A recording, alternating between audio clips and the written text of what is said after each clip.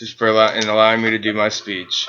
I'll be doing my speech on dairy farms and how milk is produced. Dairy farms are one of the most important farms that we have on Earth, and with milk comes cheese, sour cream, ice cream, and much more is created by milk production. I have knowledge about this firsthand because I grew up on a dairy and still work with my family dairy farm. Have you ever wondered if dairy farmers still hand milk cows and where milk comes and how it's produced? After this speech, you should be able to tell another individual more than enough information about how milk is produced and distributed in America. In this speech, I'll also explain the history behind dairy farms, work expenses, short and long-term effects on managing your farm, and most importantly, how milk gets from the cows to the factories to the groceries, as well as the processes done to make this milk consumable ready. Dairy farms started out very small and modest, where most families have 1 to maybe 10 cows at the most to provide for their families or for a small community. With the history behind dairy farms, in the early 1600s, immigrants brought dairy cattle with them from Europe, but it wasn't until the 1800s where cattle were bred specifically for dairy purposes. At first, it was all small, just for their families, but once citizens began to move from the countryside into the cities at the turn of the century, around the 1900s, it was then necessary to mass produce and improve quantity on milk.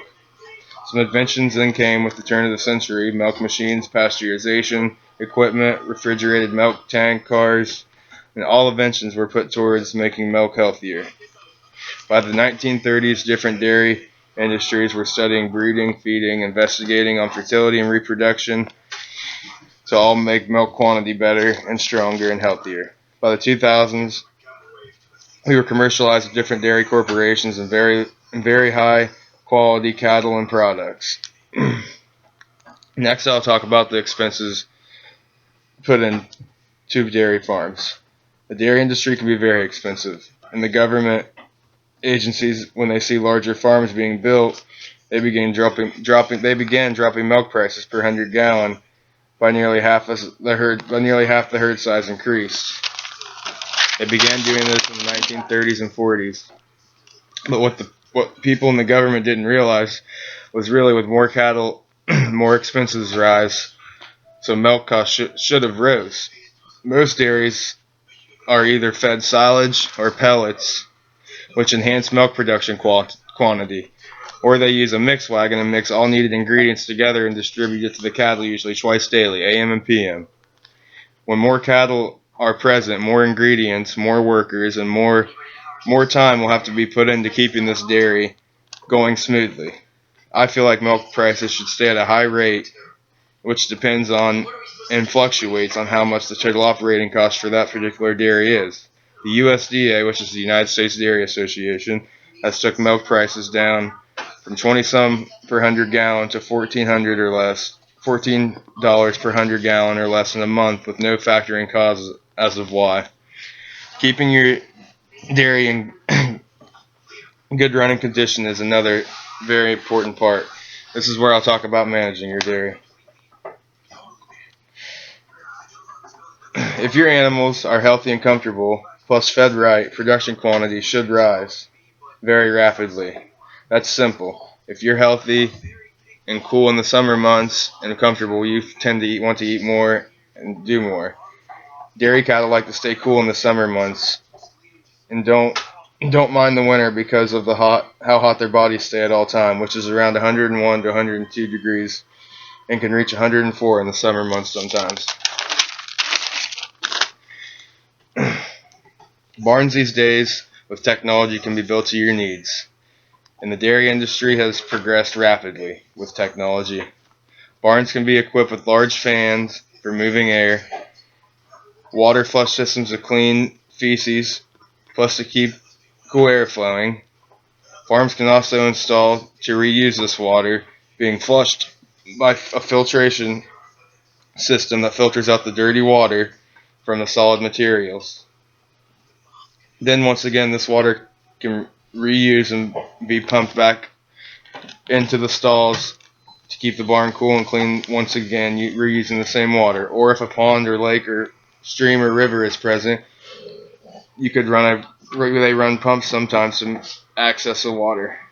Cattle need to have their hooves trimmed on a regular basis as well, and given the correct treatments and vaccinations when needed. When they have newborns, it's critical to only milk a cow out for a certain amount of time. After this time period ends, they use a process called drying up the cow to allow the lactation process to come to a stop. Milkers only trick a cow to think it's still feeding its young so that lactation length increases and that more milk can be produced. If a cow is milked out for too long, they won't give as much milk as they should. All these steps will lead to better and more production of milk for on your farm or any dairy.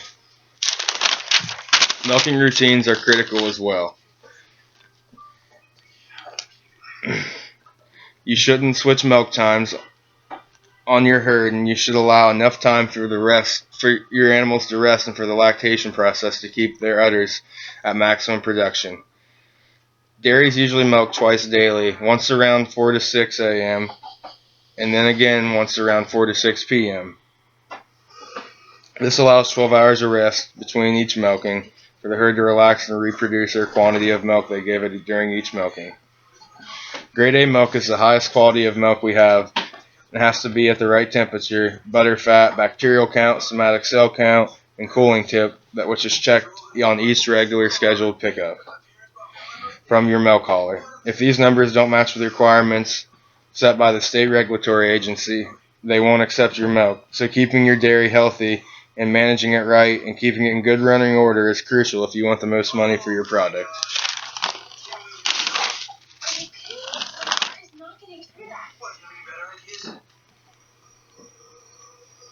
Next, I will talk about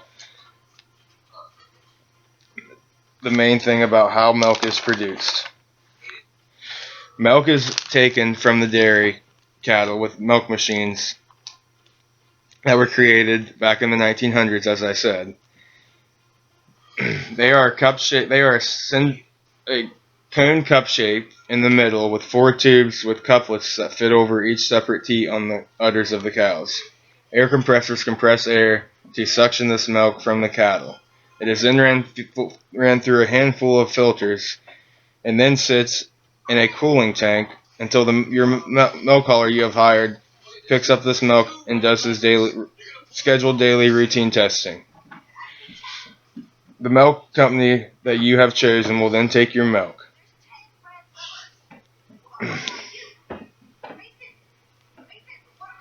The milk duration for a single cow can usually is between 6 to 8 months.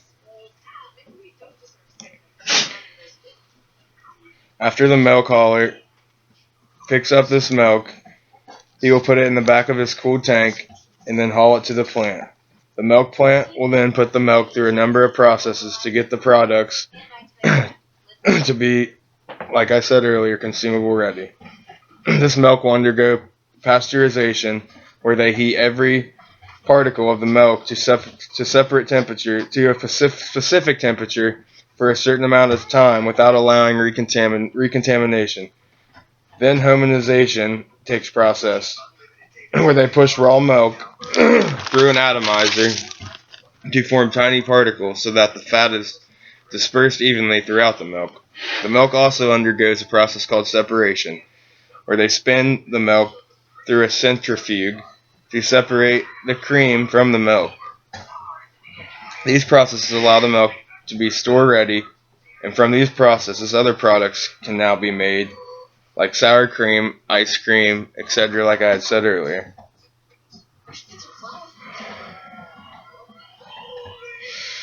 To close my speech out, I would like to thank you again for allowing me to tell you about how milk is produced. Remember that our dairy farms are one of the most important parts of our culture and critical to staying strong and healthy. I hope that my speech was very helpful and that you can now tell somebody else the history behind dairy farms, the technology changes, the operation expenses, management routines, and mainly how milk is created and the process that goes integrating a milk on the grocery shelves. I know that you are now greatly informed about dairy farms and the way that milk is produced, and I thank you again for allowing me to do my speech for you all. As a famous dairy farmer once said, remember, farmers work so that the world can eat.